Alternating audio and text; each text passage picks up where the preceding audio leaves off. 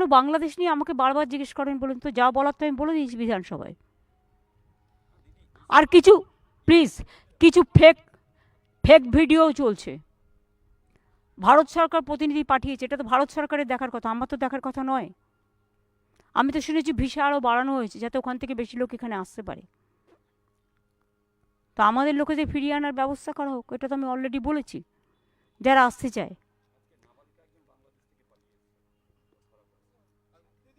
ভাই আমি সেটা বলছি না, এটা পরিষ্কার কথা, এটা গভর্নমেন্ট অফ ইন্ডিয়ার ব্যাপার, গভর্নমেন্ট অফ ওয়েস্ট বেঙ্গলের ব্যাপার নয়। বারবার এক কথা আপনারা আমাকে জিজ্ঞেস করবেন না।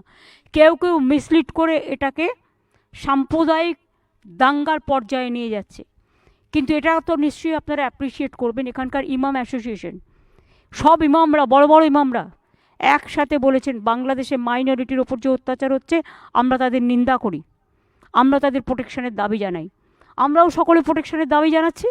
আমরা চাই government of India must act. Act মানে কি?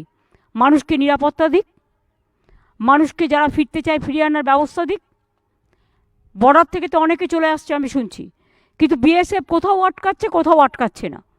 সিভিল অ্যাভিয়েশনের থ্রুতে যারা আসছেন প্লেনে, প্লেন তো চালু আছে, ট্রেন তো চালু আছে, তো তারা আসছে তো লোকজন, ভিসা যাদের আছে, পাসপোর্ট যারা আছে তারা তো আসছেন, বন্ধ তো করা হয়নি।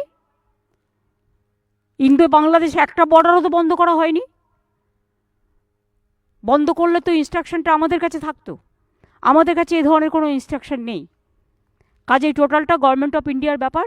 আমরা শুধু চাই তারা আমাদের মাইনরিটিসদের রক্ষা করুক।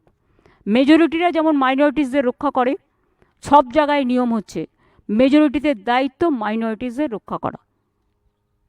এগুলো করা উচিত নয়, এটা গভর্নমেন্ট অফ ইন্ডিয়ার ব্যাপার। তাদের তো নিজেদের গভর্নমেন্ট আছে, তারা তো নিজেদের গভর্নমেন্টের কাছে জিজ্ঞেস করতে পারে কোনটা করা উচিত আর কোনটা করা উচিত নয়। যাদের বিরোধিতা করার সেটা করতে পারতাম আমরা। বিরোধী দল এখানে দায়বদ্ধতার পরিচয় দিচ্ছে, দায়িত্ব নিয়ে দায়িত্বশীলতার পরিচয় দিচ্ছে।